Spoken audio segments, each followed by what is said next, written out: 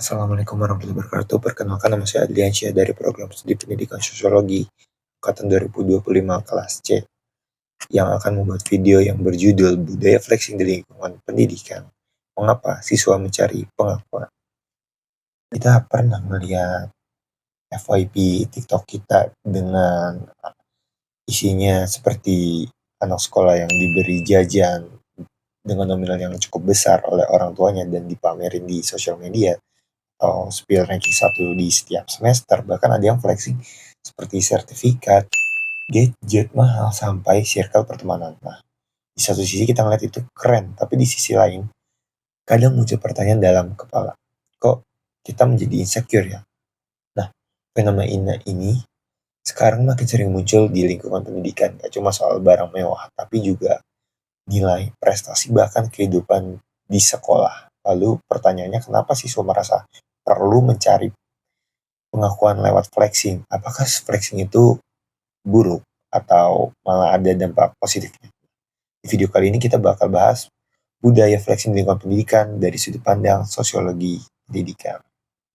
Nah, pertama-tama saya akan menjelaskan dulu apa itu artinya flexing. Jadi flexing itu adalah menunjukkan sesuatu yang berlebihan untuk mendapatkan perhatian, validasi, atau pengakuan sosial dari orang lain. Nah, kalau di lingkup pendidikan, flexing itu enggak selalu tentang uang. Misalnya bisa flexing gadget, barang branded, seperti flexing nilai dan ranking, flexing prestasi akademik, bahkan flexing sekolah favorit. Intinya sederhana, keinginan bisa menunjukkan bahwa saya itu punya sesuatu yang bisa bikin orang lain kagum. Nah, itu sederhananya dari arti kata flexing. Dan di era media sosial ini semua itu semakin gampang banget dipamerkan karena memang jejaring media sosial ini algoritmanya bisa mencapai semua kalangan, bahkan tidak hanya pelajar. Kalau kita lihat TikTok sekarang banyak banget konten sekolah yang sebenarnya nggak salah sih, tapi terkadang berubah jadi ajang pembuktian sosial. Contohnya ada siswa yang bikin konten nilai rapor, captionnya seperti capek sih tapi worth it. Ada juga yang nunjukin barang mahal seperti outfit sekolah atau kehidupan nongkrong setelah pulang sekolah. Masalahnya bukan di kontennya aja, tapi bagaimana audiens bisa menerima. Sebagian bisa jadi termotivasi, tapi sebagian juga ada yang iri hati. Nah, tapi sebagian lagi mulai membandingkan diri, dan dari sinilah budaya flexing mulai dampak sosial di lingkungan pendidikan. Nah, jadi mengapa sih siswa selalu mencari pengakuan? Dalam perspektif sosiologi pendidikan, ada beberapa alasan kenapa siswa mencari pengakuan. Yang pertama, adanya pembentukan identitas remaja. Masa sekolah memang fasenya orang mencari jati diri. Di usia remaja, banyak sekali siswa yang masih bertanya, saya ini siapa? Saya apakah dia sudah keren? Apakah saya diterima di lingkungan atau tidak? Nah, karena itulah pengakuan sosial ini menjadi terasa sangat penting bagi siswa-siswa di sekolah. Yang kedua, ada tekanan sosial.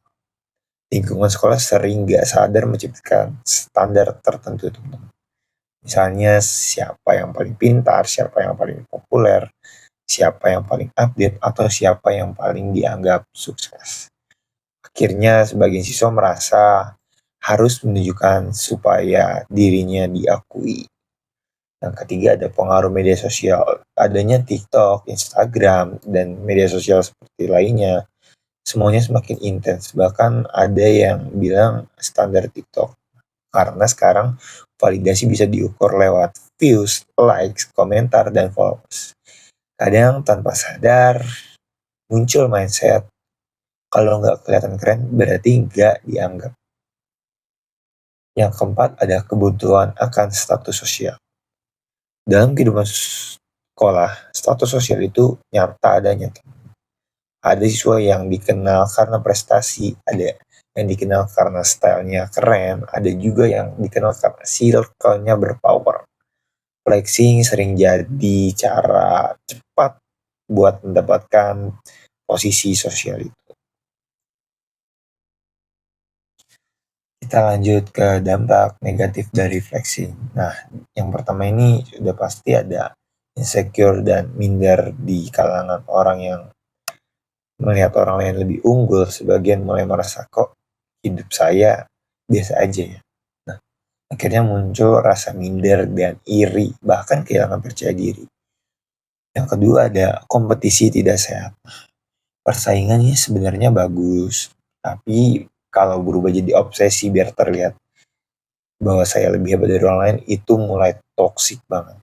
Contohnya kayak belajar bukan karena ingin berkembang, tapi cuma biar bisa pamer ranking.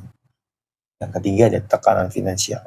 Gak sedikit kok dari siswa-siswa ini yang akhirnya merasa memaksa harus mengikuti standar yang ada di sosial media. Bahkan beli barang demi gengsi untuk ikut tren seperti ya tidak dianggap beliau ketinggalan.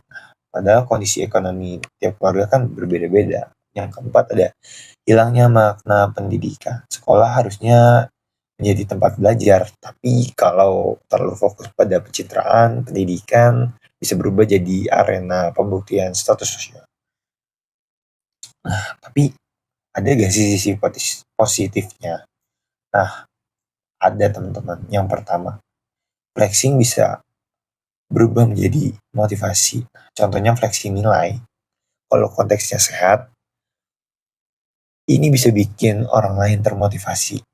Misalnya ada siswa yang share perjalanan belajar sampai ranking. Nah, orang lain bisa mikir, wah ternyata kalau usaha bisa ya. Ini disebut kompetisi sehat. Dua, menumbuhkan ambisi positif. Kadang ngerasa kompetitif justru bisa bikin siswa berkembang. Yang awalnya jadi malas belajar, jadi semangat. Yang tadinya biasa aja jadi pengen improve gitu loh. Yang ketiga ada inspirasi dan sharing pengalaman. Konten studi, vlog, atau tips belajar lainnya juga bisa menjadi inspirasi bagi penontonnya ternyata. Selama tujuannya berbagi pengalaman bukan merendahkan orang lain. Pertanyaan lagi nih. Jadi yang salah itu fleksinya atau caranya?